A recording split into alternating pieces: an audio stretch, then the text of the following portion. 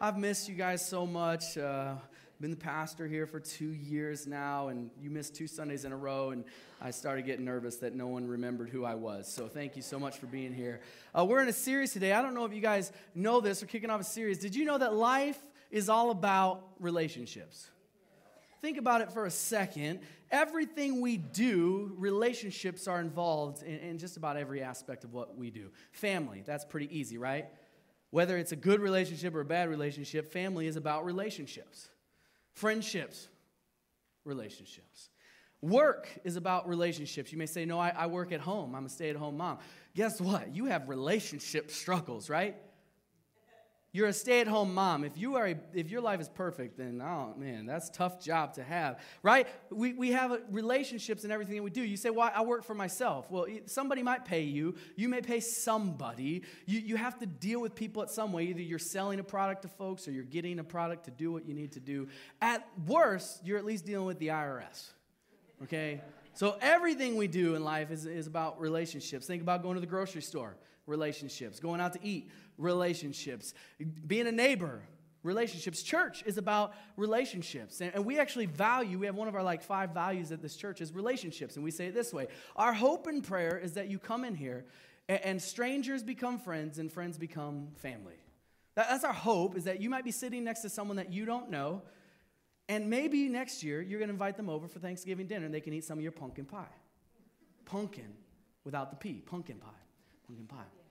We really value relationships, and everything we do in life is about relationships. Actually, since the beginning of time, life has been about relationships. God himself, we call him the triune God. He's existed since eternity past, and he has been in a relationship with God the Father, God the Son, and God the Holy Spirit. That's the best I can explain the Trinity to you. Don't ask for anything more. We'll all get confused. But since the beginning of creation, God has been in a relationship. And then in the beginning of time, when he created Adam, he created him so he could be in a relationship with Adam. It says that they got to hang out together in the garden, that Adam walked with God. He was a friend of God. They communed together. But it's not just Adam, but God wants to be in a relationship with you and with me. One of my favorite passages is in the book of Acts, chapter 17, and Paul is chatting to some people, and they're describing this conversation that Paul had, and Paul says, God created the entire universe. He created all the nations so that they should inhabit the whole earth. And then here's what it says. He marked out their appointed times and histories and their boundaries of their land. And then it says why. God did this so that they would seek him and perhaps find him. Why did God create us? So that we would seek him and find him. God is playing hide and seek with you, and he's not very good at hiding. He's not trying to hide from you. He created you so that you would seek him and perhaps find him. He wants a relationship with you. And then we go back to Genesis and we see that not only were you and I created to be in a relationship with God, but we were created to be related. Ooh, I like that. Created to be related with others as well. In the beginning it said, when God was talking about Adam, it says it's not good for man to be. Yeah, you've heard that, right? Was Adam really alone? I mean, he had God.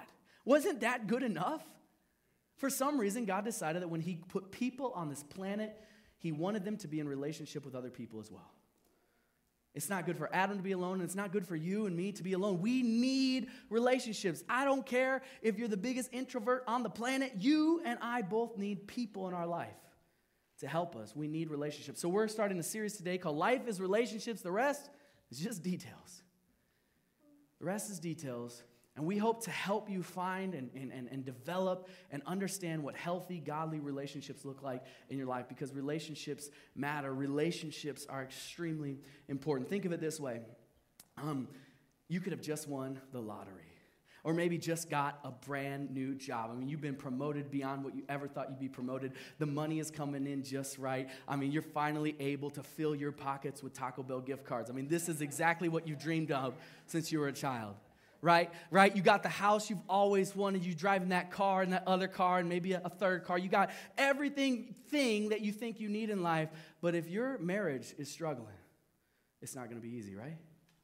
It doesn't matter what kind of car you drive if your marriage is not healthy. It doesn't matter how big of a house you have if your kids and you can't communicate with one another, no matter how old they are. It doesn't matter if you have the biggest TV on the planet. If you don't have friends to watch it with, it's not going to be the same. You're not going to live out the life that God created and intended you to have.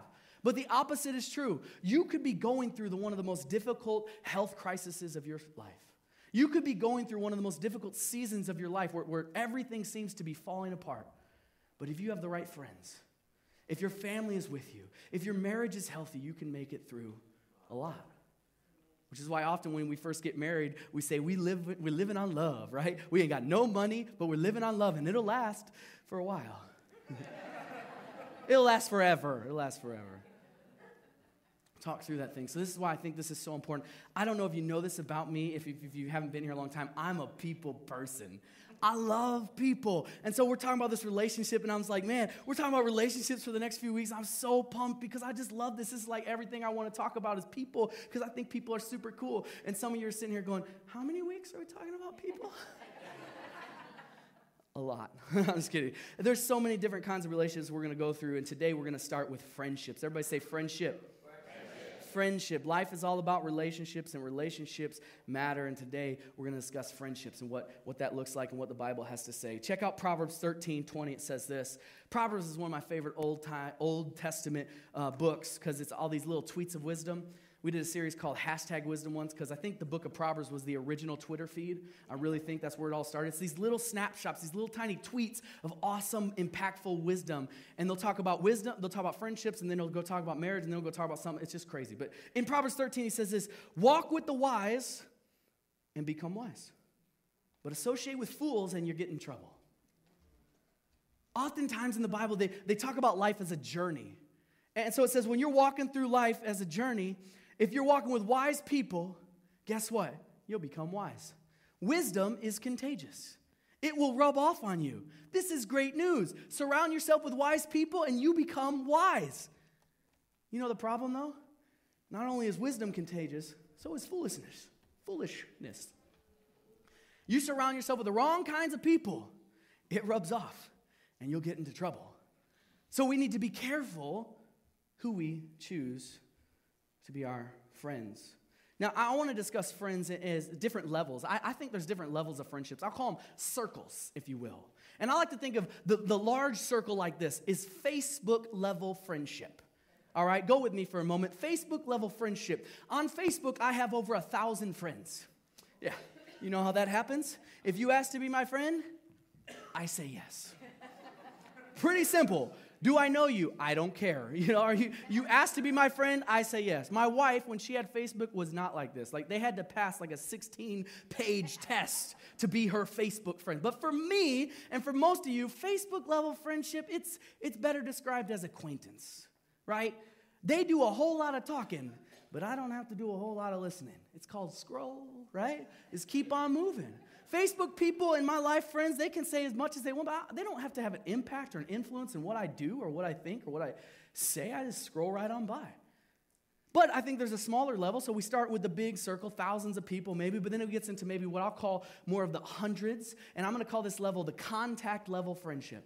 That you and I both maybe have a phone, and hopefully you have contacts in your phone. If you don't, I'll give you my number today so you can at least have one, because you need at least one in your phone. But think through, there's only maybe hundreds of people in my contacts level. Actually, I have, as I look at this, I accidentally imported my contacts twice, so I have double of everybody. I don't know if you've done that, but you can't just delete one side. You got to delete them individually. So I have double of everyone in my phone. It's not the point of the message, but I got distracted when I looked at that. But the contact level friendship, there's more of hundreds of people, a little bit smaller circle. To make it onto my contacts, we have to have a little more communication, right? This means I want to talk to you at least one more time. So I put you in there, right? Not everyone on my Facebook group makes it to my phone list. It's a little bit tighter group. But even then, we do more talking and maybe a little bit more listening, but there's always a mute button, right? There's always a way that you can not listen to them. So they're not as much influence. Now, I think there's a deeper level, and I will call this the favorites level. If you have an iPhone, you know what a favorites is, otherwise known as speed dial back in the day, but today we call them our favorites. And if you click favorites, you're going to see I only have like 10 to 15 people that have made it onto my favorites. This is a really nice group, right? These are a little bit smaller. These people I communicate with a lot more often. These people are people I want to call on a regular basis, and so I don't want to scroll for their names, so I put them on my favorites level. It's a nice, tighter group. We have thousands of Facebook friends. We have hundreds of contacts. We have maybe 10 to 15 people that have made it onto that favorites level of friendships. These people speak more. We listen more. There's a lot more communication. It's a little bit deeper friendship, but I want to talk about an even deeper one that I think the Proverbs is talking about when it says walk with the wise, because you can't walk down a sidewalk with 15 of your friends very easily, right? I mean, you can, but it's annoying. If you've ever walked and there's like a big group of people and you're just trying to like, excuse me, can I get through here? Like, it's really annoying, right? So you can't do that. I think Proverbs is talking about a tighter group. I'm going to say, I describe this, and after today, you will describe this as well, as what I call the Lego level friendship. Now, for those of you purists, a.k.a. nerds out there, I know that this is not a Lego, okay? One time I talked about this, and I got in trouble by a person afterwards. They said, excuse me, you do know that that's a Mega Block? That is not a Lego. And I was like, no, I didn't know that, first and foremost, because I'm not like you. But I didn't know that, okay? And I said, but this, what's the difference? They're both Legos, right? But so for that person who wasn't here in the first service and they're not here in the second service, I brought a Lego, all right? This is why I didn't use a Lego to describe what I'm talking about, because some of you are going, does he have anything in his hand right now?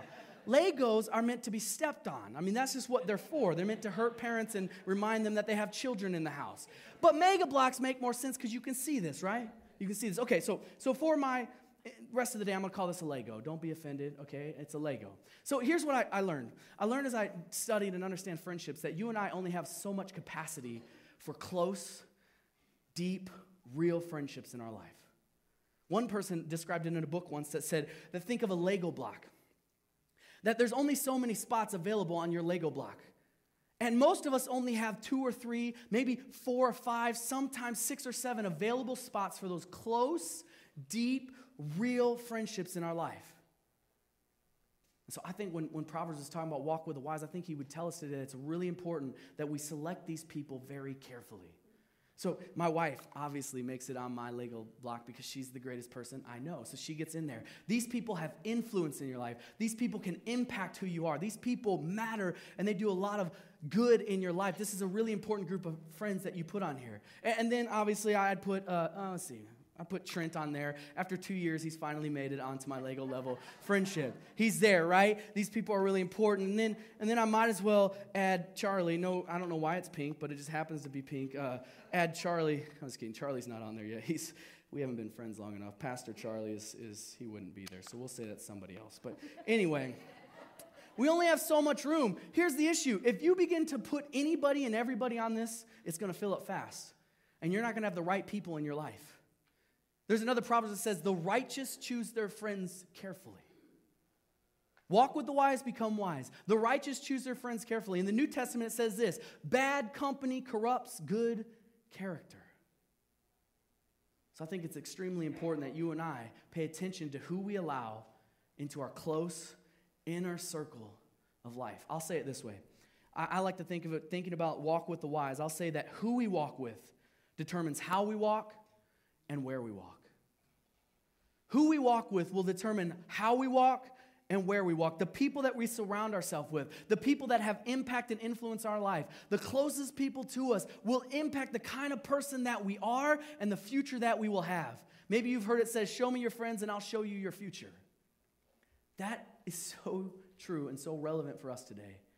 And too many of us have the wrong kind of people in our close inner circle, and we need to make sure that we have the right kind of people and we choose our friends carefully. So today, I want to give you 4 characteristics or 4 qualities of the kind of friends that you need to have as your Lego level friendship. I'm going to call them the right kind of they, if you will, the right kind of they. I stole this acronym from a book I read called 50 Shades of They. 50 Shades of They is the book that I read.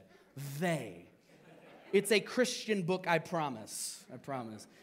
And a pastor kind of used this as an illustration to talk about different levels of relationships and friendships, and then I kind of stole it and expanded upon it to talk a little bit more about the right kind of people that you and I need to have in our life. So we're going to go over 4 different characters and qualities. Here's what I want to do.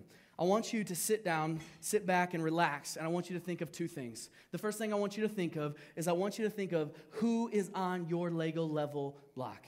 As you're sitting here and you're looking up at this paper, you're saying, do I have the right kind of they in my life? Do I have the right kind of they? Or are there some that need to get removed? But the second thing I want you to think about is I want you to think about, are you the right kind of they for somebody else?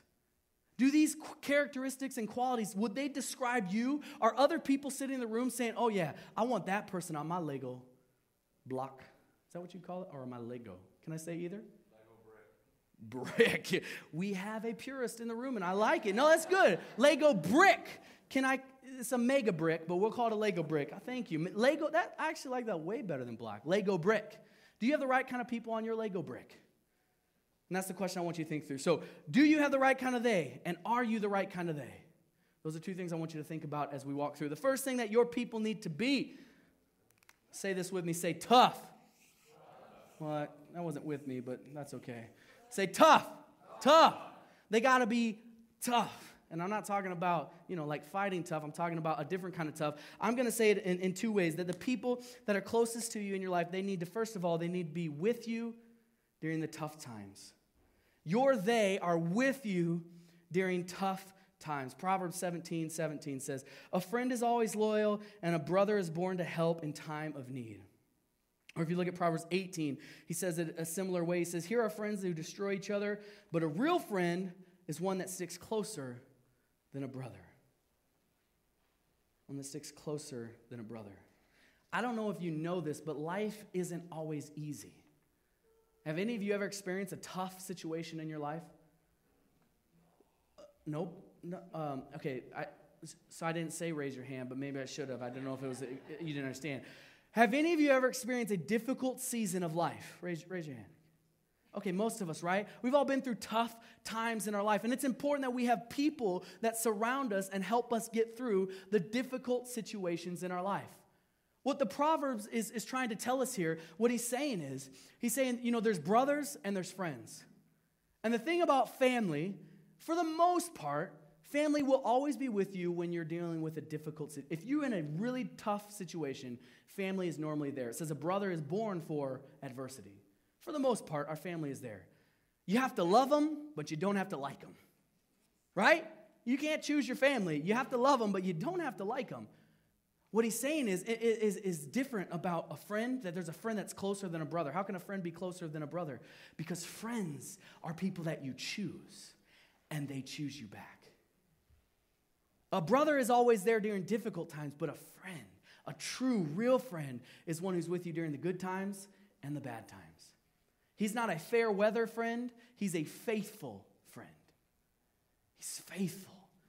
He's with you when things are going great, and he's with you during the dark times of your life.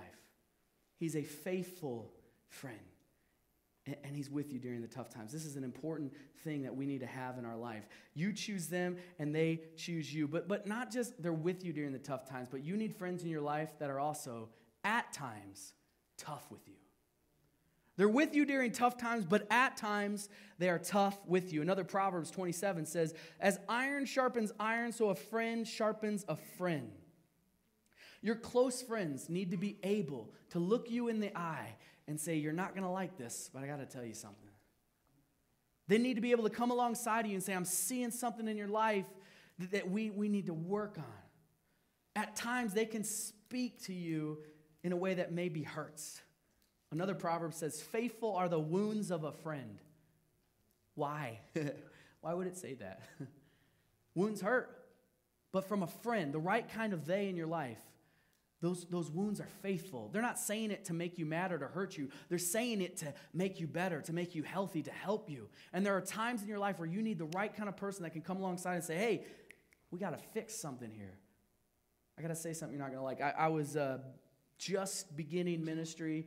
So in the first year, so about 7 years ago, 7 years ago, I was a young youth pastor, and I knew everything there was to know about being the best youth pastor, right? I didn't, but I thought I did. And so as I began youth ministry, I thought I was doing everything really well. And I had a Lego level friend come to me at one point, and he sat me down, and he said, Chase, I got to tell you something that you're not going to like, you don't want to hear. And so I said, then don't tell me. He said, no, you're not going to like it, but you need to hear it. And he began to tell me that there was some people in my life that were seeing a part of me that wasn't very healthy. There were some people in my life that had an understanding of who I was that wasn't really me. He actually started, he said, this is not who you are, but other people are seeing you like this. And it was the area of pride. He said, I know this isn't you. You're not a prideful person. But there are people in your life that are seeing you and think that you're prideful in your leadership and how you're handling a couple things. There's just a couple people that have brought some conversations to me that we need to do something. He said, I know you don't want to be seen this way. I know this isn't who you are, but you need to hear this. And at first, I got defensive. And I said, you know what? Say it again. Just kidding. I didn't want to punch him. I just wanted to slap him. That's all I needed. I got defensive. I got angry. I started to list all the reasons why I was humble. I'm the most humble person you've ever seen. But then I took a deep breath. I calmed down, and I said, keep going. Tell me more. And then I said, I want to sit down with these people because remember, I'm a people person. I want people to love me. I want people to like me. I can't have people thinking this about me. So I went and I sought out these people and I sat them down and we had a conversation about what they saw and what I was thinking. And I apologized and said, that's not who I am. And I want to fix this and I want to be better than this. This is not the person I want to be. But I didn't just fix the situation. I fixed my future. I said, listen, I'm going to learn from that moment and I'm not going to allow myself to deal with that the same again. I'm going to learn from my mistakes. But it all started with a person in my life that says, I got to say something that you're not going to like to hear. But it made me a better person. Faithful were his wounds. They were meant to bring health and healing to my life, not meant to hurt me. And you need people in your life that are tough with you. They're with you during the tough times, and they're tough with you. The next thing that your friends, they need to be is they need to be honest. Everybody say honest. Honest. Not only do they need to be tough, but they need to be honest. Honesty is such an important part of friendship. You need to have people in your life that are honest. Check out what Ephesians 4 says. It says, therefore each of you must put off falsehood and speak truthfully to your neighbor, for we are all members of one body. The they in your life, they need to be honest with you and they need to be trusted by you. They're honest with you and they're trusted by you. In Ephesians it says, put off falsehood and speak truthfully. There's two things. They need to act honest. They're not a fake friend. They're a real friend. You ever had a friend where you're just like, will you just quit faking it for a while? You ever had a friend like that where he's like, that's not real. Be real for a moment. Where you're always questioning, like, are they honest with me right now? If you have to question everything they say, they're not meant to be a part of your Lego brick. They need to be honest. They act honest and they speak honestly to you. This is really important for people that are making an impact and an influence on your future. They got to be honest people. But the second part is really important too, that you can trust them. They're honest with you, but they're trusted by you. This is an extremely important part of a relationship is you need to be able to be your real self. I have a few friends in my life that I will put on this Lego level brick. And the reason that they're there, and there's times where I come up to them and I'll say, hey, I enjoy our friendship so much because I get to take off my pastor hat with you. Now, I love being a pastor, and I'm not two different people. I'm not a pastor on the stage, and you hear my preaching voice, and then you come over to my house, and I'm this different. I'm the same person. Ask my wife. I'm as weird at home as I am on the stage. Like, nothing changes, okay? But there are certain people in my life that I can be real with, that I can come and say, I'm struggling with, I'm dealing with, I'm going through this. I don't have to always be on with them. If we did that with all of our Facebook friends, we'd have a problem. You can't be that way with everybody. Because there are people that you shouldn't trust with some of your inner secrets. They don't belong on there. But you need to have some people in your life that you can be real with, that you can trust with things. I remember many, many years ago, I had a person in my life that was on my Lego level brick. And I shared with this person a secret, like a deep struggle that I was dealing with. And it was personal. I mean, this was hard to even say out loud. And I shared it with this person and said, here's what I'm going through. Here's what I'm dealing with. It was a private conversation. And a few days later, I find out from another friend of mine that that person went and told a bunch of other people about this deep secret of mine. And you know what happened? See ya. It's what I call the Lego launch, okay? The Lego launch. There are some people in your life, in your inner circle right now that need to be launched. They need to be gone. There is not enough space on my Lego brick for me to have people that I can't trust in my life. I'm losing them everywhere. I'm losing all my friends. I'm making space for the right kind of they. And some of it, she can stay. My wife is going nowhere. My wife is going, honey, you're here. You're here. She left. She actually left. She did leave. There's not enough room on your brick or my brick to have people that you can't trust. Listen, maybe they don't need to get launched. They just need to get moved to an outer circle. That they don't belong on this if you can't trust them. There's not enough time in life to be dealing with dishonest people and people you can't trust. You got to have people in your life that are honest with you and can be trusted by you. They're tough, they're honest, and let's see if I can spell this right. And they are encouraging. Say encouraging. This is an extremely important quality to have in a friendship. Encouraging. I love this verse in Hebrews. It's one of my favorite verses. You probably heard me say this before. Tough, honest, and encouraging. Hebrews 3:13 says, but encourage one another day after day, as long as it is still called today.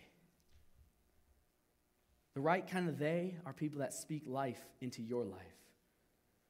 This is the kind of person I want around me at all times. They're the people that they're in your corner saying, yeah, you got this. You can do it. You're getting an F in math. I don't care. I think you're going to get an A by the end of the week. I promise. You got this. Man, I got people in my life, it doesn't matter how terrible I am when I preach. I come down there like, dude, that was the best message ever. And I'm like, you're lying, but I love it, man. I love it. Because they know I need encouragement. They know I need people in my corner cheering me on and helping me through, and you need that in your life too. You need people that are, at times they're tough with you, but all the time they're encouraging. They speak life into you. And not only are they encouraging in their words, but there's another another passage in Hebrews that says this. It says, let us think of ways to motivate one another to acts of love and good works. Not only do they speak life into you, but they motivate you to do good things, to acts of love and good works. When you think of the people that you hang out with, that you surround yourself with, that you're walking through this thing called life with, the closest ones to you that impact you and influence who you are and where you're going, do you have people in your life that make you a better person? I mean, when you're around them, are you a better version of you? Just a few months ago, I was out to eating pizza at this place that's like Subway for pizza, where you like just make whatever you want and you just put all the toppings on that you want. It costs the same if you have pepperoni and sausage, or if you have pepperoni, sausage, ham, chicken, bacon, and every other kind of. It's an incredible place. If you haven't been there, I'll tell you what it is later. It's great. I don't want to promote them or anything, but I'm just saying they're awesome. And I'm eating pizza at this place, and we walk in, and before we walk in, we're met at the door by someone that says, hey, do you guys have any money? And it's just me and my Lego level friend, and he says, do you guys have any money? I need some money to get to this place, or even just some food. I really could use some money for some food. And what I knew is I had the right kind of they with me, that we both thought of the same thing. We said, we'll buy you pizza. No problem. And I knew I had the right kind of they with me, that not only did we purchase pizza for this man, we said, why don't you sit with us? Are you going to sit with anybody else in the room? So we purchased pizza, and we sat down together and ate lunch with this guy that we didn't know that needed some food and needed some money. And all I knew is that I had the right kind of they with me.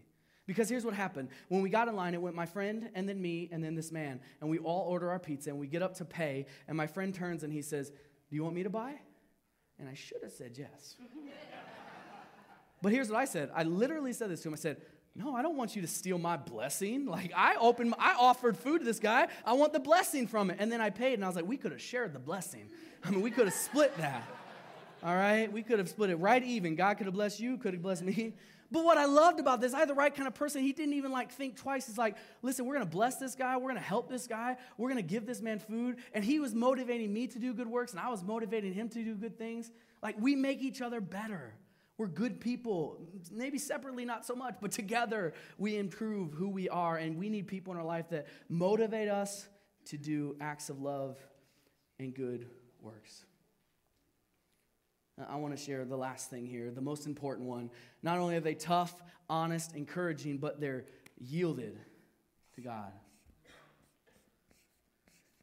They're tough with you. They're honest with you. They're encouraging with you, but they're yielded. I forgot to finish. They're yielded to God. This is the most important one. There's a time where Jesus was asked, hey Jesus, what is the one thing I need to know in life? I mean, just narrow it down to one command, because this was a guy asking, and it was just too much if he would have listed them all. So he said, can you just give me one sentence, one instruction? That's all I need. What do I need to know? If there's anything in this life, what do I need to know? And here's how Jesus replied. It says in Matthew 22, it says that Jesus replied, you must love the Lord your God with all your heart, all your soul, and all your mind. Jesus says you want to know how to live right in this life? Love God with everything that you are. Yielded to God. And the right kind of they in your life are people that put Christ first. People that don't live for themselves. They don't live for their own glory. They don't live for their own stuff. They live for Christ. He is number one. He is their first. He is the center of their life. Your they need to have Christ at the center. He is the center of they. This is really important. Because listen, you can have a lot of friends, but if you don't have the right kind of friends, if they don't love Jesus and make you love God more, then listen, they don't belong on this Lego block. You can be friends with people, that's important, but the people that are impacting who you are and influencing the future you're going to have must put Christ first. But he doesn't just need to be the center of they. It needs to be the center of you. Christ needs to be the center of your life. There are people here today, and you're wondering, well, I mean, I got friends and stuff, but why did I come here? You may be questioning and wondering why you were brought here. You were here to be introduced to the greatest friend of all time. Jesus is the greatest they. During the toughest time of our life, Jesus took our place on the cross. The Bible says that he took your place and my place on the cross, that our sin deserves death, but Jesus came and took our place. Jesus himself says that he is the way, the truth, and the life. He is honest. He is the truth. He is the way, the truth, and the life. Jesus' whole mission in life was to come and encourage us. Here's what he said. Jesus says, I came so that you could have life, and life more abundantly. Not perfect life, not a life free of pain and sorrow, but a more abundant, satisfying, fulfilled, everlasting life. And then he was yielded to the Father, even to the point of death on a cross. And he did that for you, and he did that for me. You know, Jesus gave up friendship with God so that you and I could have a friendship with him. It says that while he was on the cross, he took the weight of the world, the sin of the world's on his shoulders. And we know that God cannot look upon sin. God cannot be around sin. It's not a part of who he is. And so there's this picture that people see of Jesus on the cross. And at one point, God had to turn from him so that he could take the full weight and bear all of your sin and all of my sin. He gave up his friendship, his relationship with God the Father, so that you and I could have a relationship with him. He gave up his life so that you and I could have life. And you thought you came here because someone said there was free coffee. You thought you came here because your grandma or your mom or your wife dragged you here. You came here to hear this, that Jesus Christ came for you, that he died for you, and that he came back to life to be in a relationship with you. And before you work on your Lego block, your Lego level friendships, your brick, before you work on this, you need to work on your inner friendship. Do you have a relationship with Christ? And if not, the Bible says this, that if you confess with your mouth that Jesus Christ is Lord, and you believe in your heart that God raised him from the dead, you will be saved. He came for you, he died for you, rose again for you. Do you believe that? Have you begun a relationship with him today?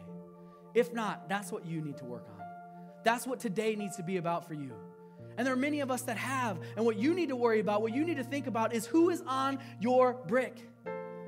Are there people that need to get launched so you can make room for the right kind of they?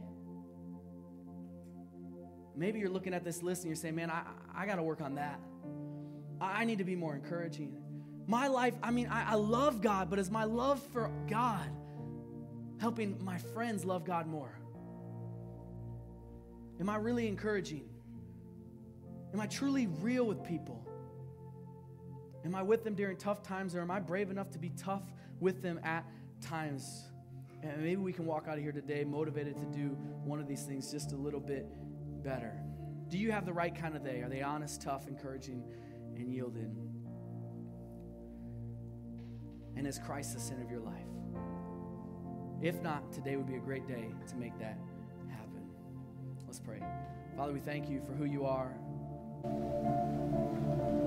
We're thankful that you created us to be in a relationship with you and with others. Life is so much more fun with people around us. But may we surround ourselves with the right kind of they. We're better people because we're friends with them. We're closer to you because we're friends with them. We're more honest. We're more encouraging. We're more yielded. We're tough. Lord, may that describe who we are and describe our friendships well. Thank you for your Son, what he did for us on the cross. May we make sure that we have a relationship with you before we walk out of these doors today. We love you. It's in your name we pray.